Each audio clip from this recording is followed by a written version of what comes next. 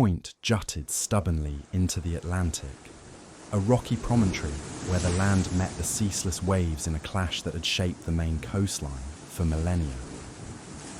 By 1827, the dangers of this stretch were well documented.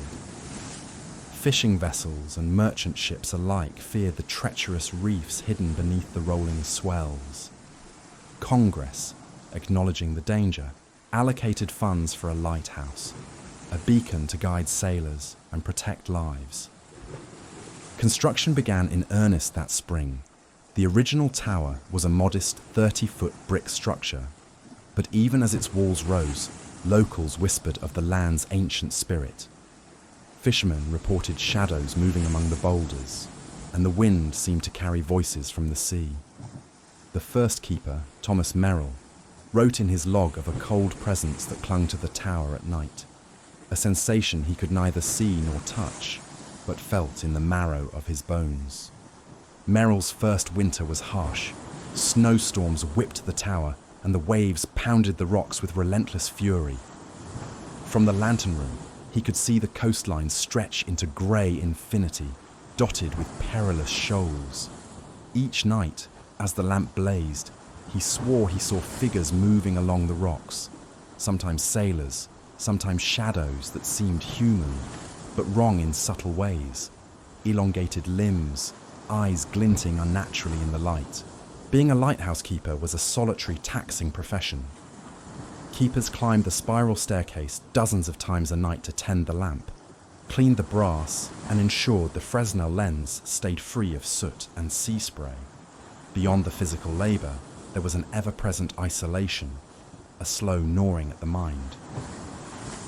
In 1839, tragedy struck when young Samuel Barnes, just 24, was found dead at the base of the tower. Officially, it was an accident, a slip on the icy steps during a violent winter storm. But locals murmured of something more sinister. Samuel had been obsessed with a spectral figure he claimed visited the rocks during storms, a woman in tattered clothing, her eyes hollow and sorrowful. "She called to me," he had written in his journal, a whisper on the wind, promising comfort yet beckoning me closer to the waves. After his death, keepers spoke of inexplicable occurrences. The lamp flickered without cause, windows shattered despite no storm, and faint footprints appeared along the spiral staircase. Sometimes a soft, almost imperceptible cry echoed through the tower, only to vanish when investigated. Samuel Barnes's fate became a cautionary tale, warning new keepers that Pemaquid Point demanded respect, not just for the sea, but for the shadows it seemed to harbour. By the mid-1800s, Pemaquid Point had earned a reputation not only as a beacon of hope, but as a place where the boundary between the living and the dead seemed thin. The rocky coastline was merciless, and storms arrived without warning, swallowing vessels whole.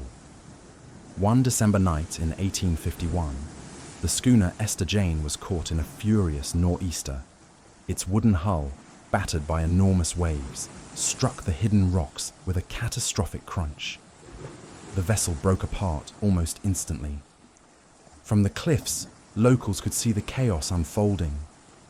Survivors were few, and the cries of those trapped in the icy Atlantic were carried by the wind, a horrific symphony of human suffering. Witnesses later claimed to see ghostly figures clinging to the wreckage, their features pale and distorted, frozen in fear. Some said these were the sailors' spirits, endlessly replaying their final moments, eternally trapped in the turbulence of the waves. Soon after, fishermen and keepers began reporting unusual phenomena. On stormy nights, a spectral glow, dubbed the Lost Light, would appear along the rocks. At first, many thought it was a warning signal or a trick of lightning reflected on the water. But those who followed it claimed it led them toward hidden shoals rather than safety. Experienced sailors who ignored the warnings sometimes vanished, never to return. Keepers also observed inexplicable activity within the lighthouse itself. On particularly stormy nights, the lamp would flicker despite meticulous maintenance. Polished brass fittings would turn dull overnight. Footsteps echoed in the empty tower, and sometimes a cold draft would sweep across the spiral staircase as though someone or something was descending the steps unseen. One keeper, Elias Carter, recalled staring out at the sea during a violent storm and seeing a shadowy figure standing motionless on the cliffside.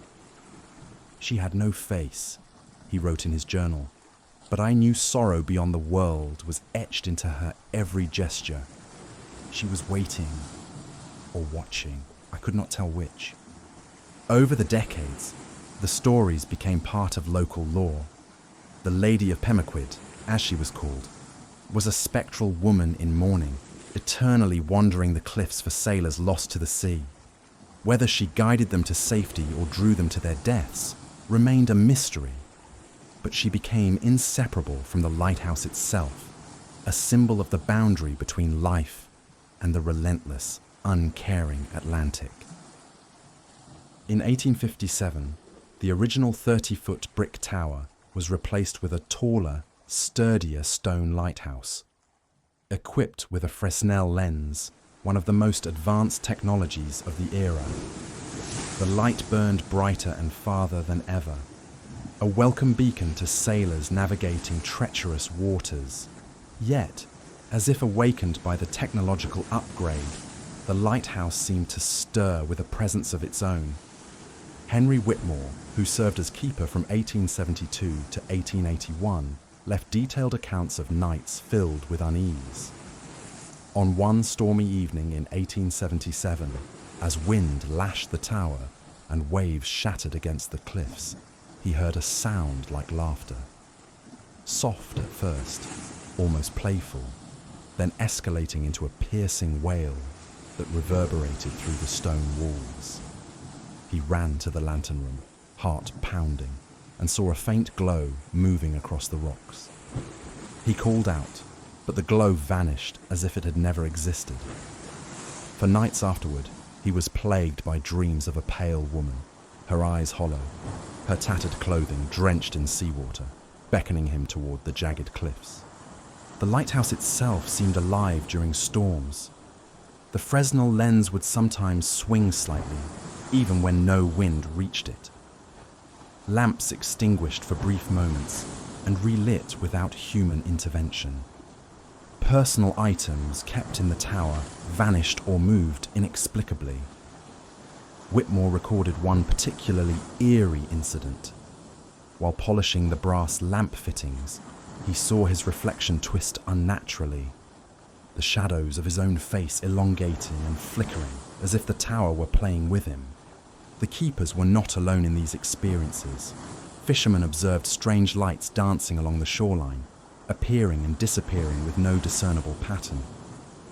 Local lore spoke of sailors' spirits carried on the wind, replaying the traumas of the sea. Whitmore wrote, "The lighthouse is patient, but it is not indifferent. It remembers the dead, it counts the living, and when the storm rises, it awakens what has lingered too long beneath the waves." Even as Pemaquid Point embraced modernity, the stories of hauntings and spectral figures deepened. Each technological advancement seemed to sharpen the edge of the uncanny, proving that while man could control the light, he could not command the shadows it cast. With the rise of tourism in the 20th century, Pemaquid Point became a destination not just for sailors, but for those curious about its stories. Daytime visits did not guarantee safety from the supernatural. Tourists reported inexplicable chills, objects shifting on their own, and a sense of being watched. Children frequently spoke of a woman in white, her form flickering near the cliff edges, whispering incomprehensible words. The Lady of Pemaquid, as she came to be called, is often described as a mourner, eternally searching for sailors lost to the sea. Some visitors felt guided by her presence, a gentle push away from dangerous rocks. Others experienced her as an oppressive force, as though she resented their intrusion on her vigil. One notable account comes from the 1960s, when a painter working on the cliffs claimed his easel toppled repeatedly, and every canvas showed a faint figure emerging from the ocean mist. The figure's eyes, hollow and sorrowful, seemed to follow him wherever he painted, appearing and disappearing with the tide. In the late 1970s, historian and paranormal researcher Margaret Callahan uncovered a trove of journals and diaries kept by Pemaquid Point's lighthouse keepers, spanning nearly a century. The entries revealed the human side of life at the point, a lonely, arduous existence punctuated by storms, isolation, and inexplicable occurrences. Yet the diaries also chronicled events that bordered on the supernatural, offering glimpses into the unseen presence that haunted the lighthouse. One keeper, James Harlow, writing in 1894, described waking in the middle of a violent winter night to the sound of footsteps ascending the spiral staircase. He had locked himself inside the lantern room, yet the wooden steps creaked under unseen weight. When he flung open the door, the staircase was empty, and a bitter cold lingered in the air, frost forming on the brass railings as if the unseen visitor had brought winter with it. Jonas Parker, keeper from 1902 to 1909, recounted an even more chilling experience. One foggy night, he heard the distinct wailing of a baby carried on the wind, emanating from the rocks below. Heart-pounding, he rushed outside, finding nothing but the mist rolling over jagged stones. Later, Parker described seeing a glowing orb moving along the cliffside, bright enough to illuminate the dark rock but vanishing whenever he approached it. The apparition would return in subsequent nights, always moving with deliberate intent, almost as if guiding or warning those on shore. Other diary entries tell of whispering voices, sudden drops in temperature, and furniture that moved without explanation. One keeper recorded, "The lighthouse holds memory, and the memory holds me. Sometimes I feel hands upon my shoulders, guiding, warning, or perhaps pleading. I do not know. All I know is that the sea has not given up its dead, and neither has this tower." These diaries suggest that the lighthouse was not merely a passive structure, it was a living repository of grief and tragedy. It preserved the echoes of the past, allowing the spirits of lost sailors, and perhaps keepers themselves, to linger in the tower and along the cliffs. The dawn of the 20th century brought technological advancements that changed the very nature of lighthouse keeping. Pemaquid Point was automated in 1934, eliminating the need for a full-time keeper. But human absence did not end the hauntings. In fact, some residents believed that the spirits became more active, no longer restrained by the presence of living caretakers. Local fishermen told tales of the lantern flickering during calm, clear nights, when no maintenance should have caused the lamp to falter. Photographers attempting to capture the lighthouse at night frequently reported ghostly images, misty forms hovering on the cliffs, or the faint silhouette of a woman with arms outstretched toward the sea. One photographer claimed that a streak of light in his long exposure photo resembled a translucent figure pacing the spiral staircase, only to vanish when reviewed in daylight. In 1942, during a particularly violent storm, the lighthouse's lamp inexplicably went out for several minutes. Observers on shore reported seeing a ghostly figure manipulating the Fresnel lens, restoring the lamp before disappearing into the tempest. Some believed this was the Lady of Pemaquid herself, ensuring that the light continued to shine, even in the absence of human hands. The automated era also brought new encounters within the tower. Visitors reported a heavy, oppressive presence near the lantern room, footsteps echoing along the spiral staircase, and a sudden chill that no weather could explain. Some claimed to feel the brush of unseen fingers along their arms, or the sensation of being guided or warned towards safety. Even in modern times, Pemaquid Point seemed to resist complete human control. The lighthouse's machinery functioned perfectly, yet its supernatural essence persisted, a reminder that while technology could replicate the light, it could not command the spirits that dwelled within and around the tower. Pemaquid Point's history is punctuated by shipwrecks that claimed lives and left indelible marks on the lighthouse's legacy. Among the most haunting is the story of the Rebecca Ann, a small schooner caught in a sudden squall in 1913. 4 crew members perished when the vessel struck the jagged rocks near the point. Survivors later recounted a luminous figure on the cliffs, pointing them towards safety. Moments later, the figure vanished, and the sailors misjudged the treacherous rocks, ultimately meeting the fate the figure had tried to prevent. The incident was not unique. Shipwrecks occurred with regularity, each leaving ghostly residue in the memories of local residents. Fishermen reported seeing spectral lights bobbing on the waves during storms, sailors' cries echoing across the rocks, and figures of men and women rising from the surf, only to vanish as quickly as they appeared. One fisherman noted, "Sometimes I swear the rocks are alive. I see hands rising from the water, reaching for me. The light shines, but the sea does not forgive." Even within the lighthouse, these tragedies were remembered in subtle ways. Keepers and visitors alike felt the sorrow of lost sailors in sudden chills, strange shadows, or soft moans carried on the wind. One visitor in the 1960s described standing at the lantern room window, gazing across the cliffs, when a translucent figure appeared on the rocks below. She wore tattered clothing and had an expression of eternal grief, hands reaching toward the endless Atlantic, as if pleading for the return of those forever lost to the waves.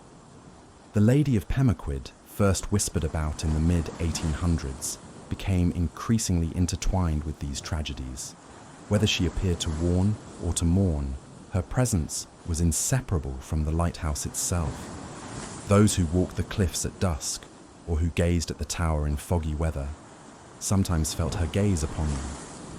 A reminder that some tragedies never truly end, that grief lingers, and that the boundary between life and death is fragile along the Maine coast. Even in the 21st century, Pemaquid Point Lighthouse continues to draw visitors, not just for its historical significance, but for the lingering aura of mystery and the countless tales of the unexplained. Despite the advancement of technology, the lighthouse's paranormal activity remains vivid, as if the passage of time has sharpened rather than dulled the spirit's presence. In 2006, a team of paranormal investigators spent an entire week at the tower, equipped with night vision cameras, electromagnetic field detectors, and audio recording devices. They documented phenomena that defied rational explanation. Soft whispers echoed through the lantern room, words too faint to decipher, but unmistakably human in tone. The sound of footsteps paced the spiral staircase, even though the team was all gathered in the common room at the tower's base. Chains dragged across the floor above, and a cold pressure, heavy and oppressive, settled upon the lead investigator whenever he ascended the stairs. He later recounted, "It was as though something was watching, waiting, maybe even guiding us. I could feel a presence behind me constantly, though when I turned, there was nothing but shadows and the faint mist of the sea creeping through the open windows." Eyewitness accounts from visitors provide equally chilling experiences. In 2010, a small group touring the cliffs reported seeing a figure on the rocks below, a woman, translucent and luminous, her tattered dress flapping in the wind despite the calm evening. She raised her arms toward the sea, her face frozen in sorrow. One of the group, a photographer, snapped a quick shot. When reviewing the photo later, the woman appeared distinctly in the frame, as if she had been waiting to be captured, her gaze piercing even through the lens. Local folklore, long preserved in journals and passed down through generations, now seemed to manifest for anyone willing to witness it. Hikers along the cliff paths often speak of sudden, inexplicable drops in temperature. Tourists at sunset have reported faint, mournful wails carried on the Atlantic breeze, their origin impossible to trace. One visitor wrote in the guest book, "I felt a tug at my sleeve as I leaned over the edge to look at the waves. No one was near me. I turned and there was nothing. But the feeling didn't leave me. It stayed all night, as if the lighthouse itself had touched me." Even casual photography frequently yields the unexpected. Digital cameras, capable of capturing more detail than ever, sometimes reveal figures or shapes not visible to the naked eye. Visitors have noted shadowy forms in windows or faint outlines on the rocks that disappear upon approach. In several photos from the last decade, a faint glow, pale and human-shaped, appears near the cliff's edge, always positioned between the lighthouse and the crashing waves. The Lady of Pemaquid remains the most reported apparition. Witnesses consistently describe her as pale, sorrowful, and endlessly searching for lost sailors. Some feel guided by her presence, a gentle nudge away from dangerous rocks or cliffs, while others report a more foreboding energy, as if she is warning them of the peril that claimed the lives of so many in centuries past. Paranormal investigators speculate that the lighthouse acts as a magnet for lingering souls, particularly those whose deaths were sudden or tragic, and that the lady is either their guide or a guardian figure, eternally tied to the point where land and sea meet. Even with the lighthouse fully automated and open to the public, the line between the living and the dead remains perilously thin. Nighttime visitors frequently describe a sense of being watched, shadows moving against the walls of the tower, and sudden, inexplicable chills that no weather conditions can justify. The phenomena do not seem limited to the tower itself. Cliffs, rocks, and shoreline all act as extensions of the lighthouse's supernatural domain. One of the most unnerving modern accounts comes from a couple visiting in 2015. They had come to photograph the sunset over the cliffs, only to capture a spectral figure on film. A woman, translucent and pale, standing on the rocks with her arms outstretched toward the sea. Neither the couple nor anyone else in the vicinity had noticed her at the time, yet in the photograph, she appeared unmistakably, her gaze haunting and sorrowful. The woman later described a feeling of being pushed gently back from the cliff edge during the same moment, as though an unseen hand was guiding her away from danger. The modern sightings reinforce what generations of keepers and locals have long believed. Pemaquid Point Lighthouse is more than a historical landmark. It is a threshold where the living intersect with those lost to the sea. Its light continues to shine, a practical guide for ships, but it also illuminates a liminal space where ghosts linger, memories persist, and the Lady of Pemaquid eternally searches for those claimed by the waves.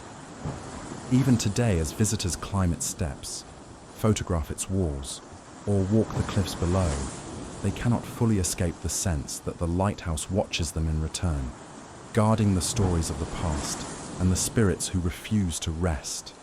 For anyone attuned to the whispers of history, the lighthouse is alive with echoes, footsteps in empty halls, laughter and cries carried on the wind, and a sorrowful presence on the rocks, gazing endlessly toward the sea. Pemaquid Point Lighthouse endures as both a historical monument and a keeper of stories. Its stones have witnessed storms, shipwrecks, and human despair. It guides sailors while harbouring spirits of the lost, protective, mournful, or perhaps vengeful. The Lady of Pemaquid remains, eternally searching, a spectral guardian or mourner whose presence oscillates between warning and beckoning. Tourists climb its steps, photographers aim their lenses, and historians write of its past, but the lighthouse retains secrets that no record can fully capture. On foggy Maine nights, when the Atlantic waves crash against the jagged rocks, Pemaquid Point whispers its stories. Shadows move, lights flicker, and the Lady of Pemaquid wanders the cliffs. Some say she is a guide, some a warning, but all agree that the lighthouse's light is eternal, and its keeper, unseen yet ever present, watches over the intersection of life, death, and the restless sea.